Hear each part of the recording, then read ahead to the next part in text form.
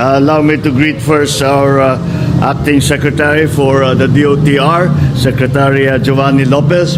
Please take your seats.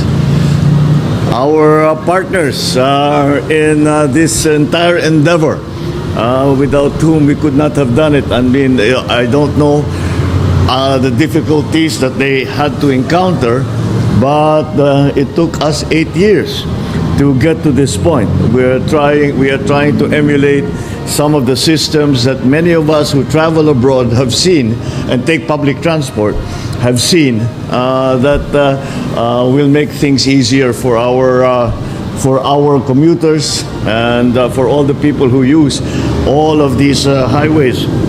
Nandito po, San Miguel Corporation Chairman and CEO Ramon Ang, and Metro Pacific Investments Corporation Chairman and CEO Manny Pangilinan. Two of our stellar partners in the private sector. Marami sa ating ginagawa ngayon hindi kayang gawin ng pamahalaan lamang.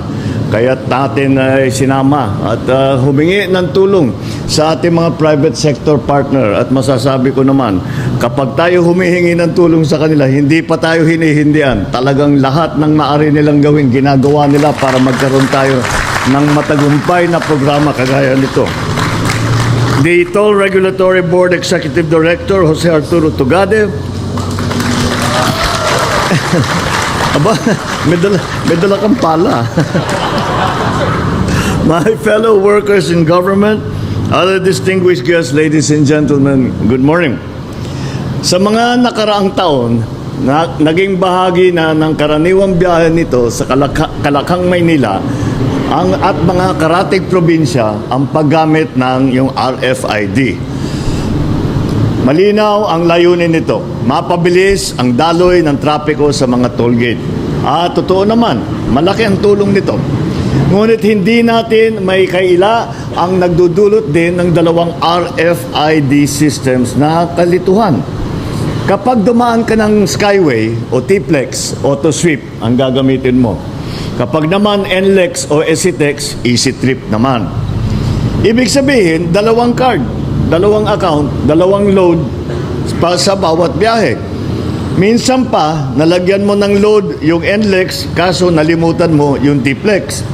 Resulta, pipila ka sa bayaran. Sayang sa oras, bawas sa oras na para sana sa pasyal, sa banding sa pamilya at sa trabaho. Nakikinig tayo sa hinain ng ating mga kababayan.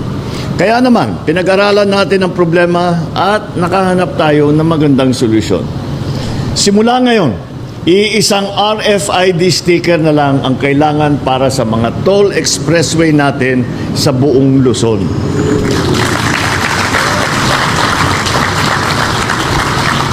Ilulunsad din natin mga group fleet account sa susunod na taon.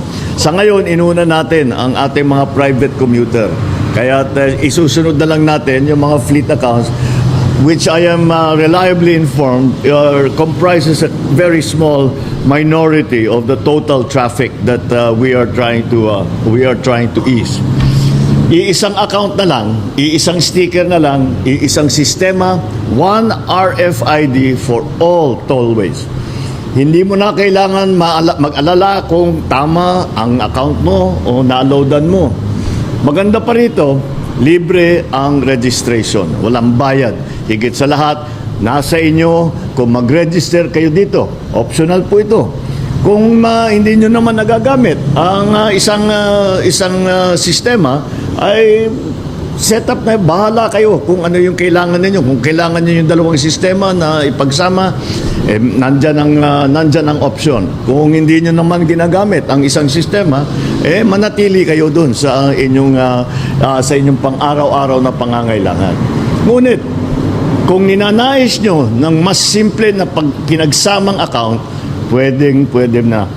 Ginawa nating madali. Abot kamay, hassle-free ang buong proseso. Pwede nang magparehistro online o walk-in. Ang reformang ito sa RFID system ay bahagi ng mas malawak nating layunin na gawing mas moderno, konektado at nakatuon sa pangangailangan ng bawat Pilipino ang ating infrastruktura. Hangad natin ang dire-diretsyong biyahe mula Hilaga hanggang Timog dito sa Luzon. Reduce unnecessary stress, reduce unnecessary delays. Maliban na lang kung napahaba ang pagkain ninyo sa mga stopover, hindi na po namin kontrol yan. Nasa sa inyo na yun. This project has been made possible because of the continued trust, commitment, and flexibility of our partner concessionaires, the operators, and ETC RFID providers. Years of consultation and cooperation with the DOTR and the Toll Regulatory Board have finally led us to a unified system that responds to the real needs of our motorists. And true to the spirit of public service, you worked hand in hand not because you needed to, but because you wanted to make sure that the travel for all Filipinos is made easier. This is a true Filipino spirit, one of unity, bayanihan, and pakikipagkapwa. So to our partners from the San Miguel and Metro Pacific Investment Corporations, maraming salamat for being part of the solution. This is once more proof that together we can create innovative solutions to the everyday challenges faced by our people. Muli, isang paalala para sa ating mga biyahero at motorista. Hinihikayat namin kayong siguraduhin may sapat na load ang inyong RFID bago bumiyahe. At sa mga wala pang account, iniimbitahan namin kayo na subukan ninyo ito. Madali lang ang proseso. Tiyak na malaking tulong sa inyong paglalakbay.